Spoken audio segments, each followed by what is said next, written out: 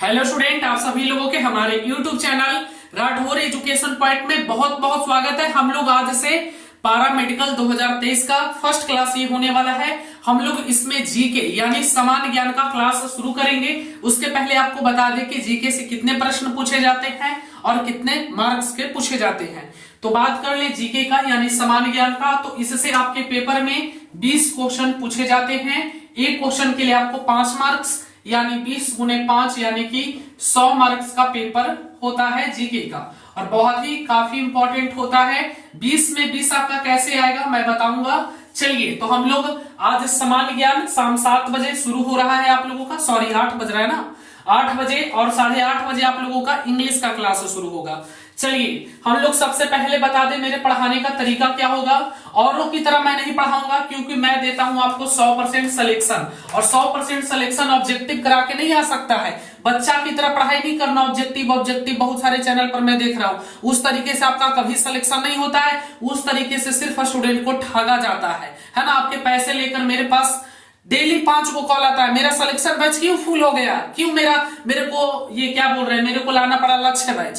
कारण है कि स्टूडेंट धोखा खा चुका है, 700 800 फीस लेता है और पेड कोर्स में ज्वाइन करने के बाद कोई कंटेंट ही नहीं मिलता, कोई पढ़ाई नहीं है उनके पास। तो ऐसे लोगों से सावधान रहे बाबू। मेरे पढ़ाने का तरीका मुख्य रूप से थ्योरी पर होगा। हम थ्योरी देंगे सबसे ज्यादा। जब आप थ्योरी को समझ जाइएगा, उसके बाद मैं इंपॉर्टेंट क्वेश्चन को लिखाने वाला भी हूं, जिसे हम लोग वन लाइनर बोलते हैं, ताकि आप लोग याद कर सके। उसके बाद मैं एमसीक्यू करवाऊंगा, ऑब्जेक्टिव क्वेश्चन। उसके बाद आपको टेस्ट देना होगा टेलीग्राम पर जाके या ऐप में, कहीं पे भी टेस्ट होगा, ये हमारा है, टेस्ट होगा। उसके बाद आपको पीडीएफ मिल जाएगा उस चीज का, ठीक है। तो आज हम लोग जीके में हम लोग शुरू करेंगे भारतीय अर्थव्यवस्था। ये सभी आपको यूट्यूब पर बिल्कुल फ्री में पढ़ा देंगे, निश्चिंत रहिए। बाकी कोई भी आप टेस्ट नहीं दे पाएंगे, आप इसका पीडीएफ नहीं ले पाएंगे, थ्योरी पीडीएफ नहीं मिलेगा, इंपॉर्टेंट क्वेश्चन का वन लाइनर आपको नहीं मिल पाएगा। इसलिए आप पेड क्लास ज्वाइन कर लीजिएगा, ठीक है, जिनको करना रहेगा। बाकी तो हम लोग शुरू करते हैं। यूट्यूब पे भी क्लास होगा, पेड क्लास हमारे ऐप है उस पे भी होंगे। बाकी यूट्यूब पे सभी क्लासेस नहीं हो पाएंगे, कुछ कुछ क्लासेस होंगे। तो हम लोग आज शुरू करेंगे भारतीय अर्थव्यवस्था, इंडियन इकोनॉमिक्स। हम लोग इसको आज शुरू करेंगे। 4 से 5 से 8 दिन का क्लास है, 5 दिन पढ़ाए, 3 से 4 दिन हम लोग थ्योरी पढ़ेंगे, 2-3 दिन, 8 दिन में इसको हम लोग समाप्त कर देंगे, 8 से 10 दिन में। तो इंडियन इकोनॉमिक्स से 1 या 2 प्रश्न पूछा जाता है, तो पढ़ना तो पड़ेगा ना। तो हम लोग आज शुरू करते हैं भारतीय अर्थव्यवस्था। इसके बाद फिर पढ़ाया जाएगा आपको भूगोल। उसके बाद हम लोग पढ़ेंगे आपका फिर भारतीय इतिहास, फिर आधुनिक विश्व का इतिहास, फिर सामान्य विज्ञान, फिर सामान्य ज्ञान।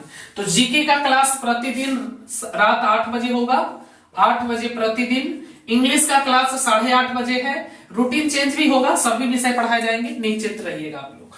तो चलिए, भारतीय अर्थव्यवस्था को हम लोग शुरू करते हैं, इंडियन इकोनॉमिक्स को। चलिए, सबसे पहले हम लोग जानेंगे, इकोनॉमिक्स पढ़ रहे हैं तो सबसे पहले हम लोग इकोनॉमिक्स को जानेंगे, भारतीय अर्थव्यवस्था को जानेंगे, इंडियन इकोनॉमिक्स को, भारतीय अर्थव्यवस्था का परिचय जानेंगे। तो जैसे आप सभी लोगों को पता है, ये थ्योरी क्लास होने वाला है, इसमें सिर्फ आपको सुनना है, ठीक है। क्या करना है, कान खोलकर सुनना है, कहानी की तरह ध्यान से, और सभी चीज को यहां पर सेट करना है। जब ऑब्जेक्टिव क्वेश्चन आएगा प्रैक्टिस सेट, तो वहां इसी में से, इसी थ्योरी से टोटल क्वेश्चन पूछा जाएगा और आपके परीक्षा में भी पूछा जाएगा। तो चलिए, ये हमारा फर्स्ट क्लास होने वाला है इकोनॉमिक्स का। इसमें हम लोग सबसे पहले बात करेंगे, आप लोगों को पता होगा हमारा देश कब आजाद हुआ, ये सबको पता है। हमारा देश 15 अगस्त 1947 को आजाद हुआ था, है ना। उसके पहले हम लोग किसके गुलाम थे, आपको पता है जी, सबको पता है, अंग्रेजों के गुलाम थे। अंग्रेजों के गुलाम थे, किसके गुलाम थे बाबू, अंग्रेजों के थे। अंग्रेजों ने कितना साल तक गुलाम किया था हम लोगों को, 200 वर्षों तक अंग्रेजों ने शासन किया था हम पर। 200 वर्षों तक अंग्रेजों ने हम पर शासन किया था, हम लोग अंग्रेजों के गुलाम थे। अंग्रेजों ने यहाँ आकर इस सोने की चिड़िया भी भारत को कहते थे, इस सोने की चिड़िया को खूब लूटा अंग्रेजों ने। 200 वर्षों तक हमारे ऊपर उन्होंने शासन किया और हमें एकदम जर्जर स्थिति में ला दिया था उन्होंने, खूब लूटा था, हमारी अर्थव्यवस्था को एकदम खराब कर दिए थे, एकदम जर्जरता की हालत में कर दिए थे, नगण्य कर दिए थे, मंद कर दिए थे, खत्म कर दिए थे, हमारा डेवलप हुआ ही नहीं। 200 वर्षों तक जब अंग्रेजों ने यहाँ पे शासन किया, कोई डेवलप नहीं हुआ, कोई विकास नहीं हुआ। अंग्रेजों के आने के पहले पूर्व जब अंग्रेज नहीं आए थे ना, तो भारत को जानते हैं कृषि प्रधान देश भी बोला जाता था। कृषि प्रधान देश तो आज भी है, पर उस वक्त कृषि, यातायात, उद्योग हर क्षेत्र में आगे था भारत। पूरे वर्ल्ड की बात कर रहा हूं। जब अंग्रेजों ने आया, इस सोने की चिड़िया को खूब लूटा, जमकर लूटा भाई, इतना लूटा क्या बताऊं मैं, खूब लूटा, समझ गया ना, ऊपर से नीचे तक लूटा, खूब लूटा। पूर्व जब अंग्रेज यहां पर नहीं आए थे, उसके पहले यातायात हो, उद्योग हो, आधारभूत संरचना हो, हर क्षेत्र में भारत आगे था विश्व में। पर अंग्रेजों ने आया, यहां पर खूब शोषण किया, हमारे यहां आकर खूब शोषण किया, जर्जरता के हालत में कर दिया। शिक्षा, अंधविश्वास यहां पे पैदा होने लगा, सब लोग एकदम अशिक्षित हो गए, गरीबी आ गया, अंधविश्वास हो गया, विषमता का हालत हो गया यहां पर। तो अंग्रेजों ने हम पर खूब 200 वर्षों तक शासन किया, खूब लूटा। इसी को हम लोग अर्थव्यवस्था कह सकते हैं। अर्थव्यवस्था का परिचय यही होता है। अब हम लोग जानेंगे इसका स्ट्रक्चर, पहले स्ट्रक्चर जानेंगे, फिर हम लोग टाइप्स जानेंगे, इसका क्या क्या टाइप्स है। चलिए, तो सबसे पहले आपको स्ट्रक्चर बताते हैं, बस इतना काफी है, बेसिक सा जानकारी आपको होनी चाहिए। अब हम लोग स्ट्रक्चर, मुख्य कहानी यहीं से शुरू होती है, स्ट्रक्चर से, और क्वेश्चन भी आपका स्ट्रक्चर से ही आता है। तो हम लोग जानेंगे कि इकोनॉमिक्स का क्या क्या स्ट्रक्चर है। चलिए, अर्थव्यवस्था की संरचना या ढांचा, इंग्लिश वाले स्टूडेंट को भी दिक्कत नहीं होगा, मैं इंग्लिश में भी पढ़ा दूंगा। लिख सकते हो आप लोग स्ट्रक्चर इकोनॉमिक्स, ठीक है, जिनको लिखना है। अर्थव्यवस्था की संरचना या ढांचा, इसमें बहुत सारे आते हैं, कृषि, उद्योग, व्यापार, बीमा, परिवहन, संचार, ये सब, इन सब चीजों को मोटे तौर पर हम लोगों ने 3 भागों में बांटा है, ठीक है। तीनों भागों को समझेंगे। पहला है हमारा प्राथमिक क्षेत्र, याद रखिएगा, पहला है हमारा प्राथमिक क्षेत्र, जिसे हम लोग प्राइमरी सेक्टर इंग्लिश में बोलते हैं, प्राइमरी सेक्टर लिख लीजिएगा, जिनको लिखना है, प्राइमरी सेक्टर, जिसे प्राथमिक क्षेत्र बोलते हैं, और इसको हम लोग कृषि क्षेत्र भी बोलते हैं। याद रखिएगा, परीक्षा में आ भी चुका है कि प्राथमिक क्षेत्र को और किस नाम से जानते हैं, तो कृषि क्षेत्र के नाम से इसको जानते हैं। प्राथमिक क्षेत्र को हम लोग कृषि क्षेत्र भी बोलते हैं, याद रखिएगा।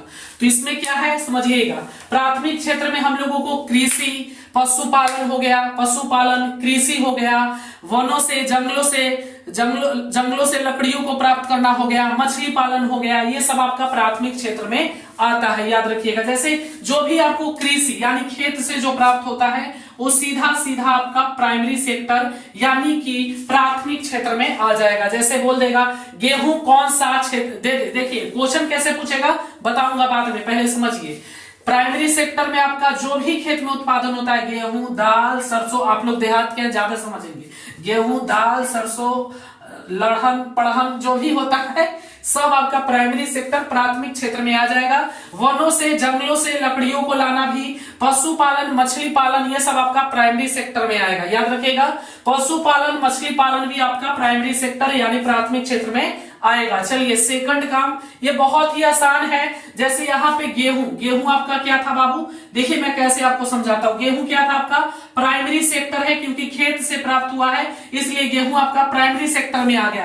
प्राइमरी सेक्टर है, जब इसको आप, गेहूं तो कोई नहीं खाएगा भाई, तुम गेहूं खाती हो क्या, बोल रही हो, क्या नाम है इनका, दीप्ति, गेहूं खाती हो नहीं ना। तो गेहूं जो है, वो गेहूं को आप लोग कहाँ लेकर आते हैं, मतलब फैक्ट्री होता है इसका, गेहूं का आटा बनता है, तो वहां पर बस इसको हम लोग द्वितीय क्षेत्र बोलते हैं। द्वितीय कैसे लिखा था, अभी भूल गए हैं, ऐसे लिखा था कुछ, द्वितीय क्षेत्र, इन्हें समझना कि हमको आता नहीं है, बस दिमाग से निकलल है। द्वितीय क्षेत्र को हम लोग कौन सा क्षेत्र बोलते हैं बताइए, द्वितीय क्षेत्र को हम लोग औद्योगिक क्षेत्र भी बोलते हैं, औद्योगिक क्षेत्र, ठीक है, औद्योगिक क्षेत्र भी इसको हम लोग बोलते हैं, फैक्ट्री भी बोल सकते हैं, फैक्ट्री, याद रखिएगा।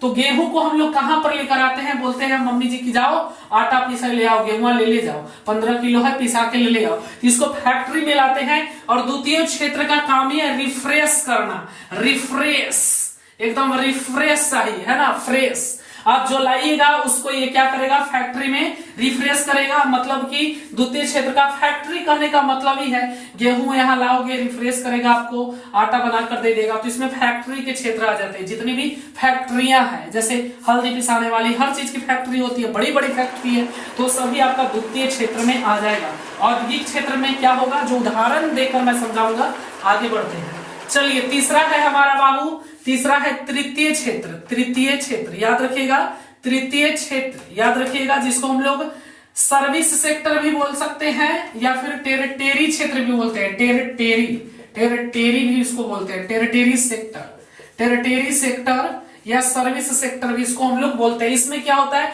तृतीय क्षेत्र का सीधा सा अर्थ है सेवा देना। जैसे हम आपको क्या दे रहे हैं, सेवा दे रहे हैं, सेवा के बदले आपसे क्या ले रहे हैं, मेवा ले रहे हैं, मतलब पैसा ले रहे हैं। तो सेवा जो आपको दे रहे हैं, जो भी सेवा देते हैं वो सभी तृतीय क्षेत्र में आ जाएंगे। जैसे ट्रेन आपको क्या दे रहा है, सेवा दे रहा है, ट्रेन, डॉक्टर, नर्स, ये सब आपको क्या देता है, सेवा देता है। जितना भी एरोप्लेन, संचार, विमान, परिवहन, ये सब आपको क्या दे रहा है, ऑटो क्या देता है, बस क्या देता है, आपको सेवा दे रहा है ना भाई। सेवा जो आपको दे रहा है वो सब सेवा क्षेत्र आ जाएगा, तृतीय क्षेत्र में आ जाएगा, सर्विस सेक्टर में आ जाएगा। ठीक है, तो हम लोग उसको बोलेंगे तृतीय क्षेत्र। ठीक है, इसका मैं एग्जांपल भी लूंगा मेथड का।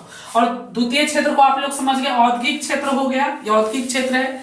और प्राइमरी सेक्टर आपका प्राथमिक क्षेत्र है, इसको हम लोग कृषि क्षेत्र भी बोलते हैं। द्वितीय क्षेत्र को औद्योगिक क्षेत्र भी बोलते हैं।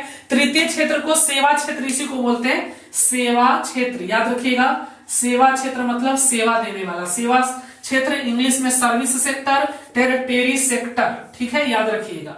तो यही आपका है संरचना, अर्थव्यवस्था की संरचना। इससे कभी कभी आता है, ऐसे तो 2-3 साल से क्वेश्चन नहीं पूछा है इससे, बट बता दिया, 2-4 मिनट लगा होगा।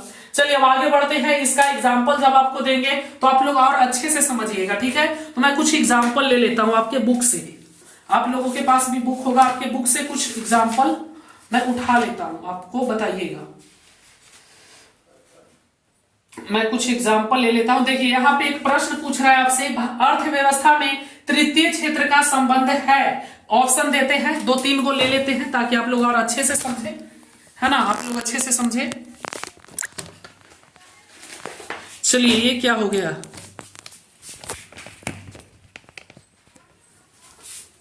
चलिए क्लास में एक तूफान आ गया था, है ना, आप लोग हड़बड़ाओ मत। बस क्लास में एक तूफान आया था, जो तूफान जा चुका है। चलिए आप लोग हड़बड़ाइए मत, तूफान आ गया था, क्लास में आया तूफान। चलिए क्लास में, राठौर बाबा के क्लास में तूफान, कोई बात नहीं, आने दो। चलिए मुश्किलों से कह दो कि चलिए ठीक हो गया ना, दिख रहा है ना सबको। चलो भाई ठीक हो गया ना, तूफान आ गया था, तूफान। चलिए तूफान चला गया है, कोई बात नहीं है, तभी तो गिर ही जाता। कितना मुश्किल से पढ़ाते हैं, आप लोग को क्या पता। चलिए हम एग्जाम्पल ले लेते हैं, इसको मिटा रहे थे ना। चलिए, रख हौसला वो मंजर भी आएगा, प्यासे के पास चल के समंदर भी आएगा, थक कर न बैठे मंजिल के मुसाफिर, मंजिल भी मिलेगी और मिलने का मजा भी आएगा। चलिए 2 एग्जाम्पल लेकर आपको समझाते हैं। ठीक है, आप लोग आसानी से समझ पाएंगे एग्जाम्पल के द्वारा। चलिए एग्जाम्पल है, आपसे क्वेश्चन पूछ रहा है, मैं आप ही के बुक से ले रहा हूं, ये बुक है अरिहंत का। इस प्रश्न पूछ रहा है अर्थव्यवस्था, लिखिएगा अर्थव्यवस्था। देखिए ऑब्जेक्टिव, आप एक भी जब हम थ्योरी पढ़ा देना उसके बाद आप कोई भी बुक से जाइए और बनाइए, प्रत्येक ऑब्जेक्टिव क्वेश्चन आपसे बन जाएगा। जब इकोनॉमिक्स सब खत्म करेंगे, कंपटीशन की कोई भी बुक उठाइए, एक क्वेश्चन ऑब्जेक्टिव के छूट जाए तो चैनल सब्सक्राइब, हम इतना बेहतर और गहराई से पढ़ाएंगे आपको। चलिए अर्थव्यवस्था में तृतीय क्षेत्र का संबंध अभी पढ़ाए आपको, तृतीय क्षेत्र का संबंध पूछ रहा है। ठीक है, समझ लेना। ऑप्शन दिया हुआ है परिवहन, आपको अभी बताए हम, परिवहन। ऑप्शन बी रहेगा आपके पास व्यापार, याद रखिएगा। ऑप्शन सी है डाक सेवा, और ऑप्शन डी है इनमें ये सभी। बताओ कौन कौन सही बताते हैं, देखते हैं। चलिए बताइए, आपको इतना बेहतर पढ़ाएंगे ना बाबू, आपसे एक क्वेश्चन नहीं छूटेगा परीक्षा में जीके का। चलिए बताइए जल्दी से, अर्थव्यवस्था में तृतीय क्षेत्र, आपको अभी समझाए तृतीय क्षेत्र को हम लोग सेवा क्षेत्र भी बोलते हैं।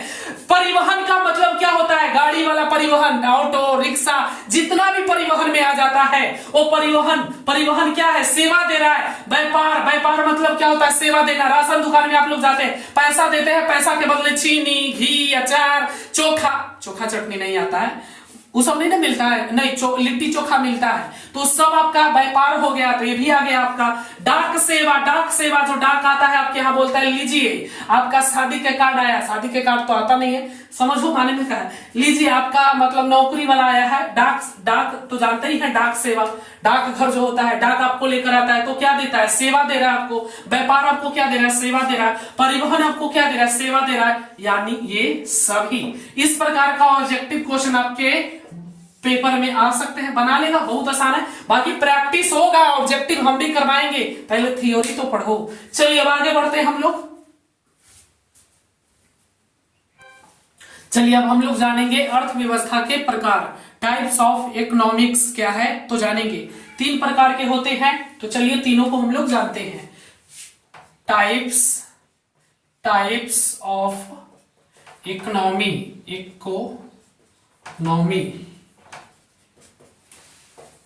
अर्थव्यवस्था के प्रकार, हिंदी में भी लिख दे, क्या लिख देते हैं, अर्थव्यवस्था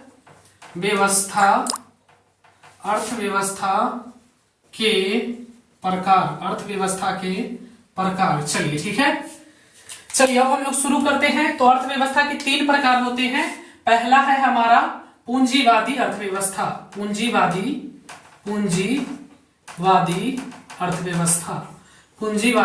अर्थव्यवस्था। चलिए इसको समझेंगे सबसे पहले, ये क्या है। चलिए पूंजीवादी अर्थव्यवस्था क्या है इसको हम लोग समझेंगे। भारत को आप लोग ऑब्जेक्टिव करते होंगे तो भारत मिश्रित अर्थव्यवस्था है, कैसे ये तो पता नहीं है, पर आज हम बताएंगे आपको। पूरा थ्योरी दे देंगे ना बाबू, आप कोई भी बुक से बनाओगे ना ऑब्जेक्टिव बन जाएगा। ऐसे नहीं बोलते कि 100% गारंटी दे रहे हैं, हम उन लोगों की तरह नहीं है, बाकी चैनलों की तरह के स्टूडेंट से पैसा लिए, मेहनत नहीं किए, पेड क्लास में ज्वाइन किया बच्चा और उसको कुछ पढ़ाए नहीं। मेरे पास प्रतिदिन, ऐसे नहीं हमारा सिलेक्शन बैच फुल हुआ है, कारण है मेहनत करते हैं, बच्चों के लिए प्यार है, हमें प्यार मिलता है बच्चों से। ऐसे ही नहीं कहां से शुरुआत करके कहां पहुंच जाते हैं लोग। हमने सिलेक्शन बैच, उम्मीद नहीं था कि आएगा कि नहीं आएगा, इतना स्टूडेंट का प्यार मिला, बैच फुल हो गया। दूसरा सेकंड बैच लक्ष्य बैच लाना पड़ा हमें, क्योंकि हम लोग इतना पढ़ाते हैं, मेहनत करते हैं। बाकी लोगों की तरह खाली ऑब्जेक्टिव एक को नहीं आएगा परीक्षा में, थ्योरी पढ़वे नहीं करेंगे। चलिए पूंजीवादी अर्थव्यवस्था को सबसे पहले समझेंगे बाबू। इस वैसी व्यवस्था जिसमें उत्पादन के साधनों का स्वामित्व मतलब होता है मालिकाना हक, मतलब जो भी वस्तु उत्पादन होता है, उत्पादन के साधनों का स्वामित्व वहां के देश, मालिकाना हक निजी व्यक्तियों के पास होता है। ठीक है, याद रखिएगा। जैसे में अमेरिका हो गया आपका, अमेरिका हो गया, जापान हो गया, ये सब जो देश है, ऑस्ट्रेलिया हो गया, तो ये सब स्वामित्व मालिकाना हक जो है ना, ये निजी व्यक्तियों के पास होता है यहाँ इस सब देश में। ठीक है, पूंजीवादी अर्थव्यवस्था में वहां के उत्पादन के साधनों का स्वामित्व मालिकाना हक निजी व्यक्तियों के पास होता है। किसके पास होता है, निजी व्यक्तियों के पास होता है, और वह अपने लाभ के लिए, निजी व्यक्ति अपने लाभ के लिए कभी भी प्रयोग कर सकता है। उसी को हम लोग बोलते हैं पूंजीवादी अर्थव्यवस्था। जैसे में अमेरिका, जापान, ऑस्ट्रेलिया, इससे प्रश्न पूछे जा चुके पैरामेडिकल में। चलिए सेकंड है समाजवादी अर्थव्यवस्था। ये क्या है समझते हैं। देखिए समाजवादी अर्थव्यवस्था में वहां के जो स्वामित्व, जो मालिकाना हक होगा, जो वहां पर वस्तु उत्पादन होते हैं उस देश के अंदर में, तो वहां का जो मालिकाना हक होगा वो देश के सरकार के पास होगा, और वो देश हित के लिए कभी भी उसका यूज कर सकते हैं, मतलब सरकार के पास होता है। जैसे में चीन, क्यूबा समाजवादी है, क्यूबा, ठीक है, चीन और क्यूबा। चीन में जानते हो क्या है, चीन में ऐसा है कि सरकार के पास है वहां का सत्ता, है ना, चीन के पास है जो बाबू, चीन में स्वामित्व जो मालिकाना हक है वो सरकार के पास है। वहां कहेगा कि पॉइंट में अभी तुम कर दो, समझ गया ना, बुरा लगा पर वो करना पड़ता है, वहां जो बोलेगा वो करना पड़ेगा। बोल दिया कि ये करो तो करो, ये ना करो तो ना करो। और चीन की जनसंख्या इतना घट रहा है कि कॉल कर करके पूछ रहा है, तब तैयारी हो रहा है कि नहीं हो रहा है, मतलब पूछता है। चीन की जनसंख्या बहुत काफी तेजी गति से कम रही है, इसलिए वहां के सरकारें कॉल कर करके पूछ रहा है बच्चा का तैयारी चल रहा है कि नहीं, हुआ कि नहीं हुआ, क्या महीना हो गया, शादी हो गया, जल्दी करिए, समझ रहे हैं ना क्या करिए। तो चलिए चीन और क्यूबा जो है वो समाजवादी अर्थव्यवस्था, वहां का देखते हो, वहां न्यूज देखो, कोरोना जब स्टार्ट हुआ था पेंडेमिक, तो तो वहां पर अगर मरेगा 10,000 तो सरकार बोलेगा जितना मीडिया था सबके 500 बोले के हाय, कितना बोले के हाय, 500 बोले के हाय, 20,000 मरते तो 1,000 बोले के हाय, ओकरा से ज्यादा बोलना तो समझ लिया तू गेला बेटा काम से। काहे कि वहां के मालिकाना हक सरकार के पास। ऐसी चीन मनमानी करता है। चीन सरकार बोल देगा कि चुप रहो तो चुप रहो। वहां टिकटॉक वीडियो, बहुत तरह का वीडियो देखोगे। चीन बहुत खराब सरकार है। चलिए तीसरा, हमारा देश, अपना प्यारा सा देश भारत, जो कि मिश्रित अर्थव्यवस्था है। ये क्या है, इसको थोड़ा सा समझाते हैं। मिश्रित अर्थव्यवस्था क्या है? तो देखो बाबू, मिश्रित अर्थव्यवस्था सीधा समझो, इसका और इसका मिलन है। मिलन है, किसका किसका मिलन है? इसका और इसका मिलन है। दोनों मिल जाएगा तो मिश्रित हो जाएगा। जैसे समझ लो, राम और सीता जी जब मिलेंगे तभी ना लव कुश जी आएंगे। बिल्कुल, पूंजीवादी और समाजवादी दोनों मिलके मिश्रित अर्थव्यवस्था के जन्म दे दिया। उसी को हम लोग बोलते हैं मिश्रित अर्थव्यवस्था। मतलब इसमें मालिकाना हक, तुम समझ गया, निजी व्यक्ति के पास भी होगा, सरकार के पास भी होगा। दोनों का डिफिनेशन मैंने दिया अभी आपको। कितना हौला हौला ये सब है ना, खराब नहीं लगता पढ़ने? खराब लगता है। मिश्रित अर्थव्यवस्था, राम और सीता जी मिले, लव कुश जी आए। पूंजीवादी और समाजवादी जी मिले तो मिश्रितवादी जी आए। समझ गए ना? पूंजीवादी में हम लोगों ने देखा था निजी व्यक्तियों के पास स्वामित्व मालिकाना हक था, समाजवादी में सरकार के पास था। इसका डिफिनेशन लिखेंगे अगर लिखना रहेगा तो। मिश्रित अर्थव्यवस्था वैसी व्यवस्था है जिसमें मालिकाना हक सरकार के पास भी होती है और निजी व्यक्तियों के पास भी होती है। बस खत्म, सोडा, फिनिश। बस यही आपका अर्थव्यवस्था के प्रकार थे, टाइप्स ऑफ इकोनॉमिक्स था। मिश्रित अर्थव्यवस्था सिर्फ और सिर्फ भारत है। याद रखिएगा, इससे क्वेश्चन आया है, एक बार इससे भी क्वेश्चन आया है, इससे नहीं आया है। इससे अगर याद आए तो मजा आ जाए, देखेंगे। चलिए, तो अर्थव्यवस्था के प्रकार आपको बता दिए, और भी क्वेश्चन करवा देते हैं। चलिए, अब हम लोग जानते हैं सतत विकास के बारे में थोड़ा सा। हमसे जो नजरें चुराने लगे हो, लगता है कि और गले जाने लगे हो। ख्वाब जो देखा हम दोनों ने मिलकर, क्या ख्वाब देखा था? चलिए, बोलती थी कभी नहीं छोड़ेंगे, छोड़ के चली गई। हमसे जो नजरें चुराने लगे हो, है ना, बड़ा पछताओगे। हमसे नहीं पढ़ पाओगे तो सरकारी कॉलेज में कैसे सिलेक्शन कर पाओगे? फिर 2022 की तरफ पछताओगे, फिर 2024 में तुम्हारा सिलेक्शन हम कर पाएंगे। इसलिए जल्दी से हमारा कोर्स ज्वाइन कर लेना। चलिए, मैंने एक डाटा यहां पर लिया है। इस डाटा के माध्यम से मैं कुछ समझाना चाहता हूं आपको, ठीक है? समझिएगा। देखिए बाबू, यहां पर लिखा हुआ है 1901, दिख रहा होगा आपको। 1901 ईस्वी में प्राथमिक क्षेत्र का योगदान 63% था। प्राथमिक क्षेत्र में क्या आता है?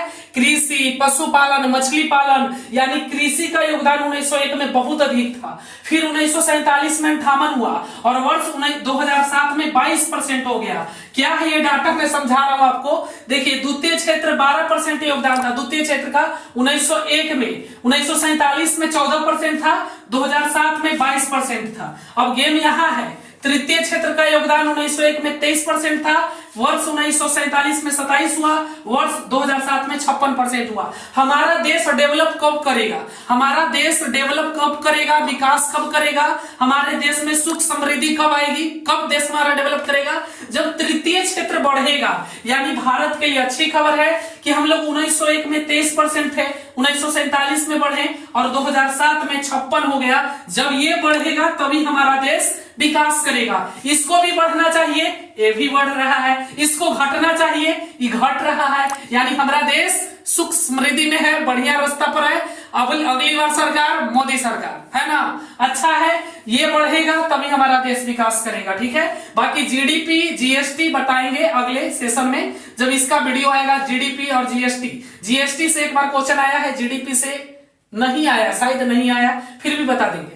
चलिए, तो प्राथमिक क्षेत्र में जो आपका वर्ष 1901 में, 1947 में, और ये घटते जा रहा है, जो कि सही है। इसको बढ़ना चाहिए। जब ये बढ़ेगा तो हमारा देश डेवलप करेगा। चलिए, बस यही बताना था। आगे बढ़ते हैं। चलिए, इस टॉपिक से भी प्रश्न पूछे जाते हैं, पूछे गए हैं, तो थोड़ा सा समझ लेते हैं 1 मिनट में। भारत में योजना आयोग का गठन, योजना आयोग है एक, जिसका गठन कब हुआ था बाबू? 15 मार्च 1950 को किया गया था। आयोग के अध्यक्ष, जो इसके आयोग है उसके अध्यक्ष, इसके अध्यक्ष कौन होते हैं? पदेन। इसके पदेन अध्यक्ष भारत के प्रधानमंत्री होते हैं। भारत के प्रधानमंत्री योजना आयोग का गठन 15 मार्च 1950 को किया गया और इसका जो अध्यक्ष होते हैं वो भारत के प्रधानमंत्री जी होते हैं। सामान्यतः सामान्यतः जो कामकाज होता है वो तो प्रधानमंत्री मोदी जी करेंगे नहीं, मोदी जी के थोड़ी ना कुछ आता है। बहुत सारा स्टूडेंट सोचता होगा कि अच्छा मोदी जी अमेरिका जाते हैं, ऑस्ट्रेलिया जाते हैं, जापान जाते हैं, भूटान जाते हैं, सब भाषा मोदी जी के आता है। आखिर अमेरिका में तो इंग्लिश, उसको हिंदी आता नहीं है, तो उसके लिए एक ट्रांसलेटर जाता है जो मोदी जी के साथ एगो लड़कियां जो रहती है उनके साथ 8 गो 10 गो आईएएस जाता है। आईएएस समझ रहे हो, भी सुपर हिट आईएएस जिसको एक्सपीरियंस है 15 साल 20 साल का, उस सबके सैलरी भी 8 लाख 10 लाख रहता है, समझ गए। और वो जो आईएएस रहता है ना वो एकदम उस क्षेत्र का समझो ना मास्टर रहता है, एकदम पीएचडी कर ले रहता है। अब मोदी जी के कोची पता है जी कि हमारे देश में कोची की कमी है, क्या है, नहीं होती है, तो अनपढ़ है, कह सकते हैं कि अनपढ़ है, इसको क्या पता है देश के बारे में। ये सब आईएएस लोग मुख्यमंत्री के साथ कौन है, हमारे बिहार में विकास कब होता है, ये सब नेता जो लोग होता है ना ये सब खाली लूटता है, अपना पॉकेट भरता है। काम काज जो करते हैं वो आईएएस और आईपीएस, यही लोग हमारे देश को संभालते हैं, आईएएस और आईपीएस। अगर ये नहीं होंगे ना हमारा देश कब पे लुट जाता है। और एक होता है कोर्ट, ये तीनों है तभी हम है, नहीं तो तीनों अगर हट जाए ना तो फिर ये नेता कुछ कर ले। आईएएस आईपीएस देखता है मुख्यमंत्री के पास भी हर क्षेत्र में आईएएस आईपीएस रहता है क्योंकि उसको नॉलेज है उस क्षेत्र का, है ना, पता है। तो इसी के साथ नरेंद्र मोदी जी कहीं भी विदेश दौरा करने जाएंगे तो उनके साथ एक ट्रांसलेटर जाता है जो उधर से बोलेगा कि हमको ये मतलब मोदी जी के बोलिए खाना वाना चाहिए, बिस्कुट ले लें, तो ये बोलेगा जो ट्रांसलेटर में रहेगा मोदी जी बोल रहे हैं ना कि आपको बिस्कुट उस्कुट चाहिए, हिंदी में बोलेगा, इधर बोलेगा इंग्लिश में, समझे, वो बोलेगा इसको इंग्लिश में, समझेगा भी इंग्लिश में, इंग्लिश इधर ट्रांसलेटर किसको बोलते हैं, हिंदी से इंग्लिश करना। तो ट्रांसलेटर जाता है, सब आईएएस लेवल जाता है। मोदी जी खाली नाम के लिए जाते हैं, ना समझा। मोदी जी 5 दिनों के लिए विदेश दौरा पर गए जिसमें अमेरिका, इटली, जापान तीनों देशों की दौरा करेंगे, पर तीनों देशों की दौरा में वो कुर्सी पर बैठेंगे, दौरा उनका आईएएस आईपीएस लोग करेगा, समझे, जो उस क्षेत्र के माहिर लोग हैं, समझ गए ना। जैसे वन विभाग, हर का विभाग होता है तो वो लोग वहां जिनकी आवश्यकता होती है, अब संचार की आवश्यकता है तो संचार वाला आईएएस जाएगा, तो इस प्रकार से जाता है।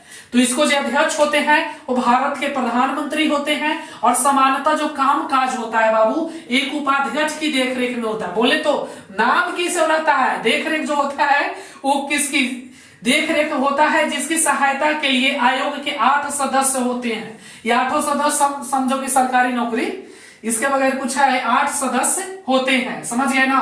और इसके अध्यक्ष जो होते हैं वो प्रधानमंत्री होते हैं। चलिए तो आप लोग समझ गए होंगे, जैसे बहुत सारी योजना आई है हमारे भारत देश में, प्रधानमंत्री आवासीय योजना, सुकन्या योजना, उसी प्रकार से एक योजना आयोग का गठन 15 मार्च 1950 को किया गया। आयोग के अध्यक्ष प्रधानमंत्री होते हैं, कामकाज देखरेख ये उपाध्यक्ष की देखरेख में होता है और जिसकी सहायता के लिए जो ये उपाध्यक्ष होता है उसकी सहायता के लिए अध्यक्ष तो मोदी जी हो गए जैसे अभी फिलहाल प्रधानमंत्री जी, और कामकाज एक उपाध्यक्ष की देखरेख में होता है। जैसे मोदी जी यहाँ पर बैठा है, वह उपाध्यक्ष है, ये अध्यक्ष है, एक और उपाध्यक्ष है और उसके देखरेख में 8 और सदस्य है, उसके देखरेख में ये काम योजना आयोग का होता है। मुझे उम्मीद है अच्छे से समझ गए होंगे, डिटेल्स में समझा दिया। तो मैं 2 ऑब्जेक्टिव क्वेश्चन आप लोगों को दूंगा अभी और आपको कमेंट करके बताना है। बाकी आज का क्लास यहीं पे समाप्त करते हैं, इसके आगे क्लास कल आएगा। 2-3 दिन हम लोग थ्योरी चलेंगे, इकोनॉमिक्स खत्म हो जाएगा, उसके बाद हम लोग इसमें फिर डीपीपी सेट आपको मिलेगा, वो सब आपको ऐप पर मिलेगा, फ्री में कुछ नहीं मिलने वाला, फ्री में पढ़ लिए वही बहुत है। ऑब्जेक्टिव क्वेश्चन भी आपको प्रैक्टिस सेट सब कुछ सॉल्व करवा दिया जाएगा, प्रैक्टिस सेट भी आपको देंगे कितना आप बनाते हो। तो चलिए आज के क्लास को यहीं पे समाप्त करते हैं, फिर मिलेंगे थोड़ी देर के बाद 8:30 बजे, 8:30 तो बज ही गया, तुरंत मिलते हैं अगले वीडियो में। धन्यवाद।